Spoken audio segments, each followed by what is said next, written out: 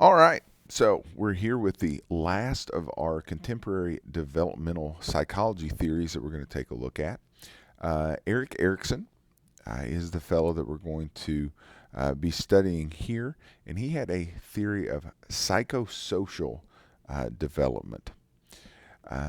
He is the only one of the theorists we're going to look at who extends his look at the psychological development of a person through adulthood and old age. Remember, Piaget and Erikson both stopped really in adolescence, early adulthood.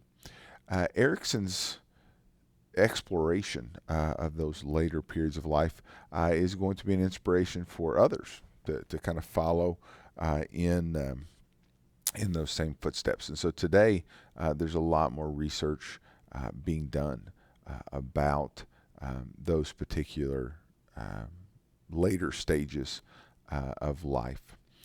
Now, Erikson himself has got a really interesting backstory. He's born in the early 1900s, like 1902.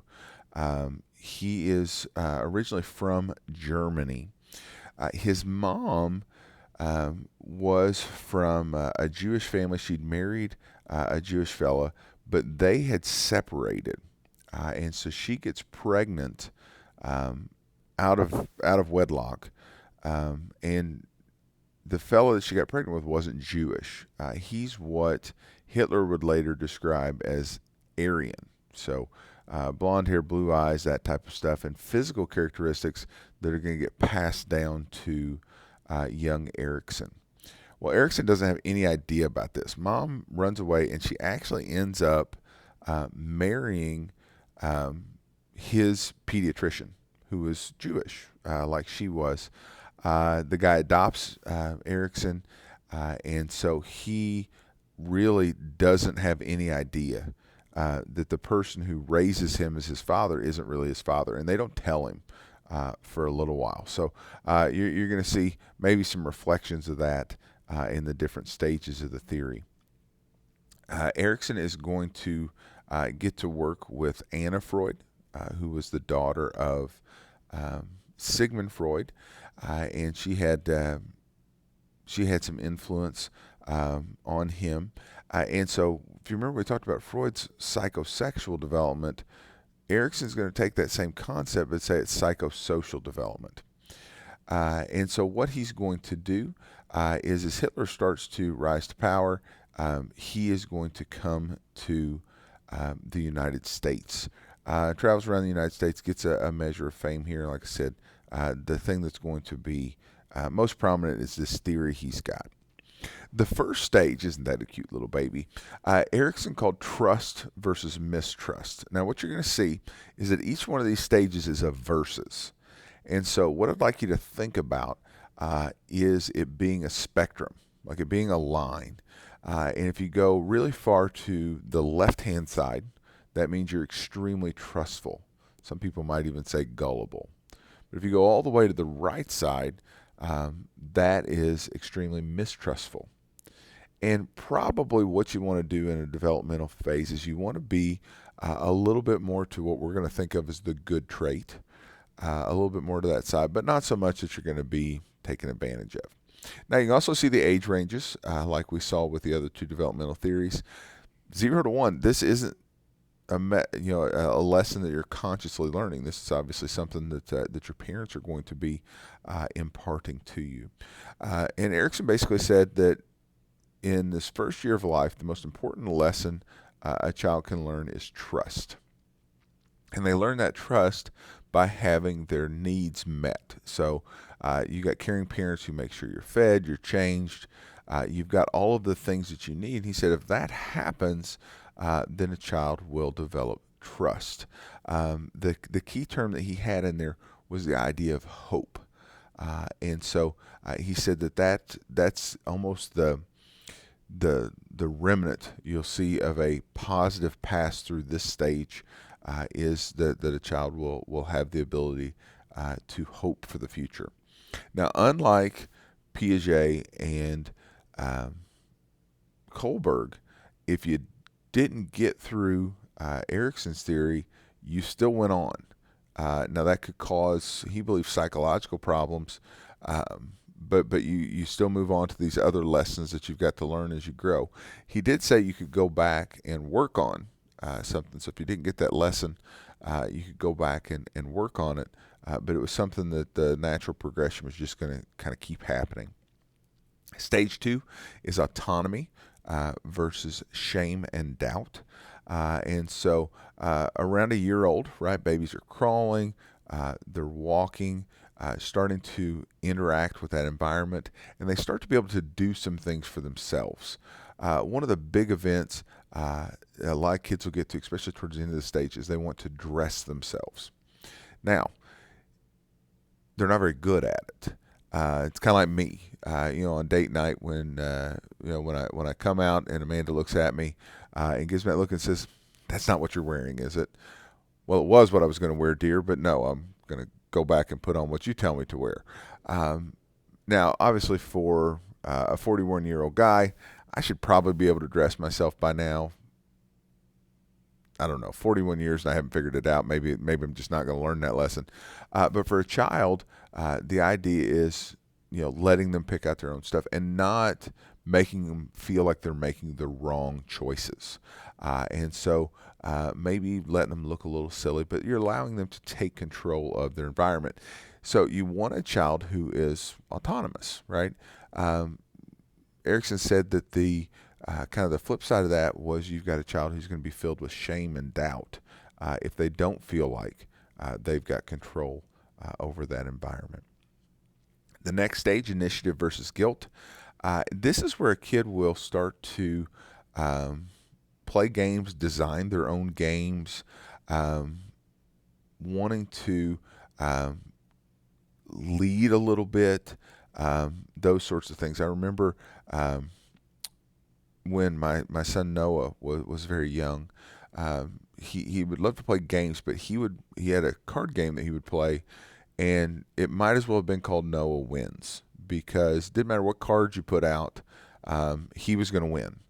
And my brother-in-law Trevor trying to figure out the rules of this game, and he just couldn't figure out why Noah kept winning all the time, until I leaned over to him and said, he's going to win every time, right? There's no rules, right? But you let those children take that initiative a little bit, and the idea is this is going to give the child kind of the sense that they can have confidence.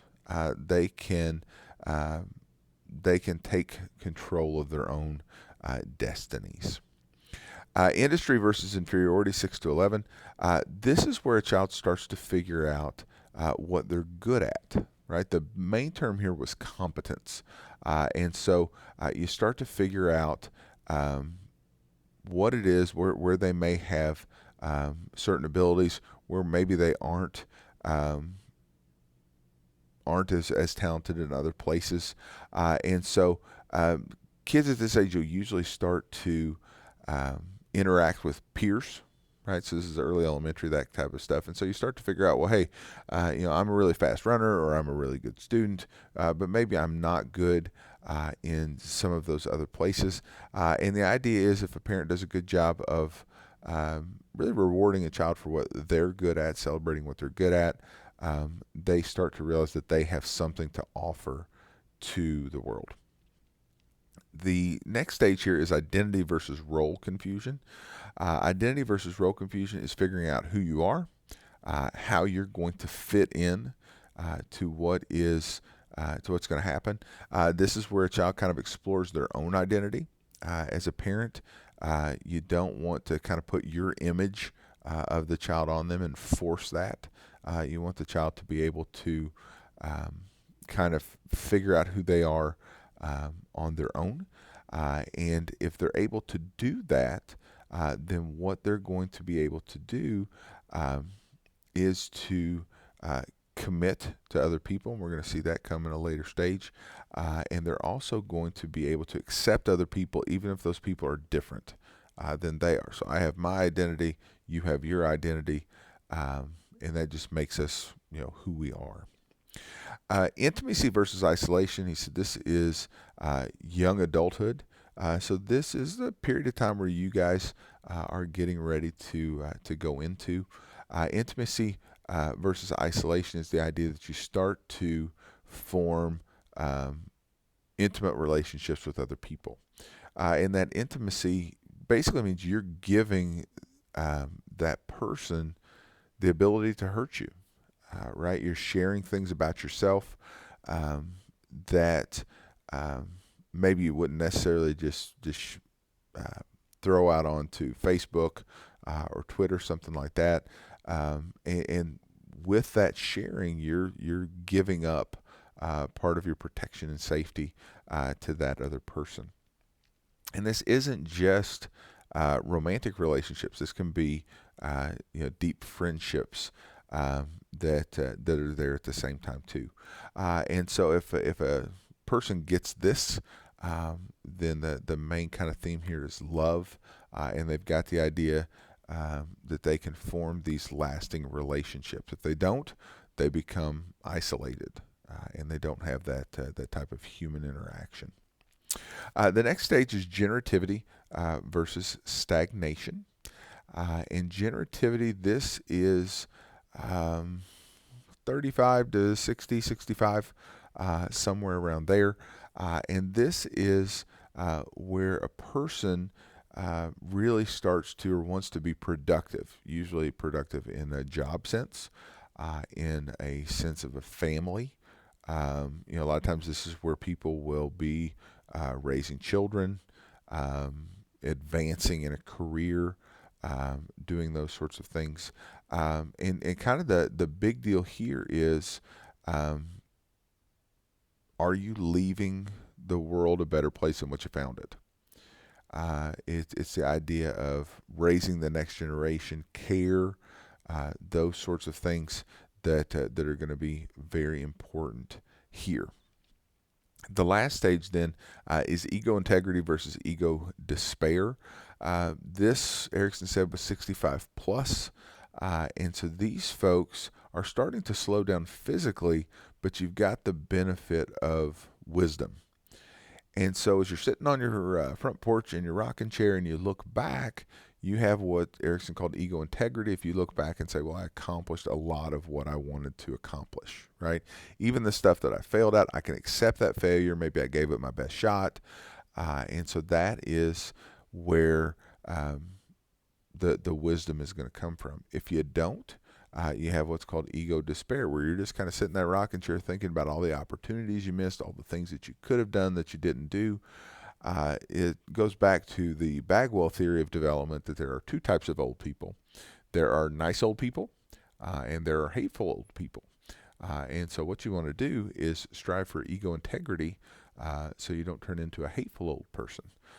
You want to be somebody nice who's known for their chocolate chip cookies and for sharing cool stories and things. But Erikson said each person is going to progress through these stages.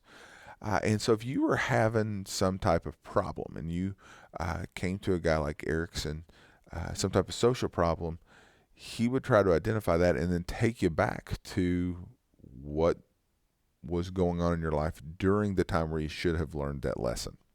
Like I said, the cool thing was he thought you could go back and rebuild trust or work on being more autonomous, things like that. Obviously, the work's going to be a little harder than if you were doing it at what he would have called the proper time. But there was kind of do-overs that would fit in there as well. So that is Erikson's theory of psychosocial development.